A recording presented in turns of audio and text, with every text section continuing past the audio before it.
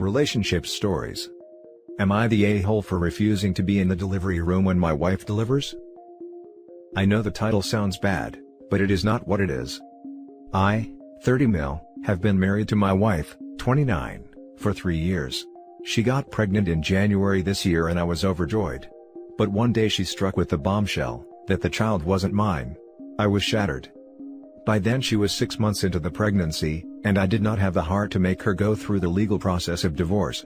It seemed that the baby's father ran for it when he heard my wife was pregnant. I did tell her that I would be filing for divorce once she gives birth to baby, and made it clear that our relationship wasn't salvageable. She agreed, and I told her she'd have to move out once the lease expires in January. She tells me that she is still in love with me, and that our relationship could be healed once again. I told her no and she left it at that. We have been sleeping in separate rooms ever since, and I help with her delivery-related treatment and visits to the hospital. Now again, a few days back she asks me to be with her in the delivery room once she delivers, as she wants me to be a support for her. I once again declined, and told her that she could ask her mother to be in the room to take care of her, and not to ask me to be with her in the delivery room. She went on to tell this to her parents, and they have been messaging and calling me trying to change my mind, and even went on to call me cruel. Am I the a-hole for refusing to be in the delivery room? Now for the top comments. Not the a-hole. Please get a lawyer, in case you are in a jurisdiction that automatically assumes paternity of a child born within a marriage, so that you can ensure you are not fighting an uphill battle to not be legally responsible for a child that is not yours. Even if you don't change the living situation, make sure you are protected. Sure, thanks for your advice. This is so important. Do it now. Also, you should go to get a DNA test right away.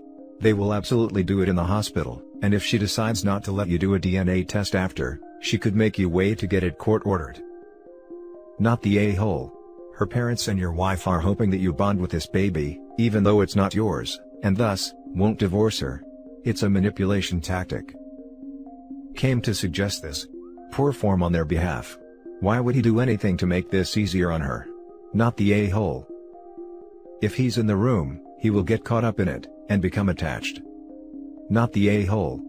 Since divorce is on the to-do list, I would say it's appropriate for you to stop going to these appointments as well. If you don't want to be involved with this child or rebuild your marriage, then you have to remove yourself from that situation. Otherwise you may be on the hook for additional support/child support for a child that isn't yours. They will argue that you showed an interest and provided emotional support. Did you get a DNA test done, or is the assumption the child isn't yours based on your wife cheating? If you have DNA proof the child isn't yours, you should be taking concrete steps to separate yourself from the situation. Since she'll have an additional mouth to feed, I would argue that you should offer to leave the apartment to her. That will give you the opportunity to try and recover and move on in a new space that holds no reminders of her, or her betrayal.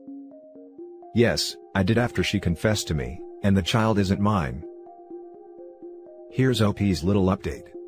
After reading your comments, I've decided to consult a lawyer and file for divorce immediately. Also planning on talking to her parents about taking her in, and taking care of her stay at hospital. Now for the next story. My wife, 27 female, said she cheated on me, 31 male, because she was never attracted to Asian men. We are both Asian and have a 4-year-old son together. I am 31 and my wife is 27. We married when she was 22 and I was 26. Friday outside of work I was confronted by a man, 49, I kind of knew of, but didn't know. He asked if I knew who he was, and then started saying how powerful he was in his industry, and how he rarely loses, and sure as hell wasn't going to go without a fight. As I was getting my bearings, he drops the bombshell that he's been sleeping with my wife, and that he's not going to let her go, and she loves him too. I try to keep my composure as I drive home. For the first time in my marriage, I did a deep dive into her iCloud.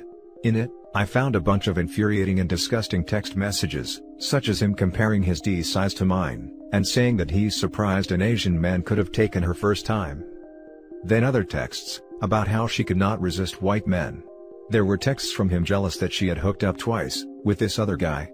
This other guy was also white, I knew that, because he's the face of a local boutique hotel his parents own, and the family is pretty well known. The earliest text message that showed infidelity was a Rouge conversation with someone she met at a party who asked if he should book a hotel room. He sent over selfies and he was this actor type.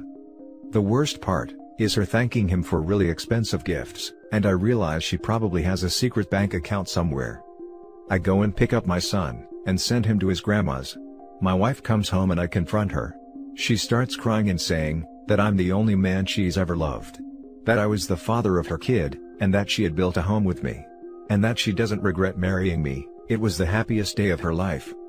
I said that these text messages are absolutely disgusting, and are tearing me apart.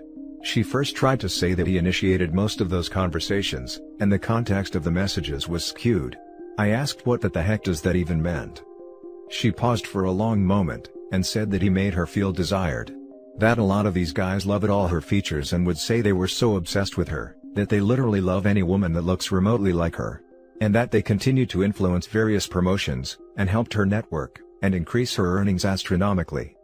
Then she broke down, and admitted that she was never physically attracted to Asian men. And that she was never attracted to me, and throughout the marriage, she became even less attracted to me. And that the only people she felt physically excited about, have been white. And that was the main reason she cheated, and feels it hard to resist white men. But then she said, that we work better together as a team, and we have a son to raise. She said I would be ruining his life if I put him through an ugly divorce, and I would only see him part of the time. What do I do? She said she can't help what she is attracted to. We usually have intimacy at least once a week, and I'm satisfied with regular S and thought she was too. But it burns me that it was probably duty S all along. Another problem is that, her affair partner, she confesses, says he wants to have a kid with her and be a family with her. That he'd give her a better life, and that he wasn't going to let her go. And that he was persisting, and always was with her on business trips. She confessed that she did feel some kind of passion with him that's addicting, and sometimes imagines the what-ifs. Help. Our families know each other and our friend circle is also very much established. I'm totally unprepared for the humiliation of the roller coaster of emotions ahead. Now for the top advice. Your wife is showing no remorse. She only wishes to guilt you into not divorcing her. But with her other statements it appears your marriage is over. The confrontation with her affair partner is bizarre. He appears to think he can threaten you. I would take that to the police. I think you should begin divorce proceedings. If you still want to reconcile, after all the betrayal and nasty things she has said, you can always stop it. But she needs a big bucket of cold water thrown on her. I would tell her to go to her affair partner immediately. Also get a forensics accountant to find the hidden accounts she will have. She is a sly one. Dude, you can't stay in a marriage where she loves you, but not in love with you. Tell her to pack her bags. He can have the cheater. What is your question? Do you want to always play second fiddle? She as much as told you that she isn't going to stop cheating. File for divorce so she can go be happy shagging her white guys. There's a lot of that fetish going around. Get a lawyer and DNA test that kid. Do not let her guilt you into staying with her. She doesn't love or respect you. You saw the messages they sent. You're a meal ticket to her. Her tears are not for you or your pain, but for the comfort she grew accustomed to. Throw the whole cheater out, you will find better. For the last story. My wife wants to renegotiate the terms of our marriage. Without going into too much detail with our past, my wife and I are at a bit of a crossroads with our marriage. Long story short, there has been a history of insecurity and trust issues on my part due to various instances of her emotional cheating, sending inappropriate photos and messages to guys, both known to her and not, and generally a lack of mutual respect of boundaries. My wife openly admits to mental health issues, and in the past has seen this behavior as she has something wrong with her, goes to counseling. I'm given what seems partial access to her phone. Things get better with time. As this has happened about 3 to 4 times in a 5-year marriage, there is an obvious cycle and pattern.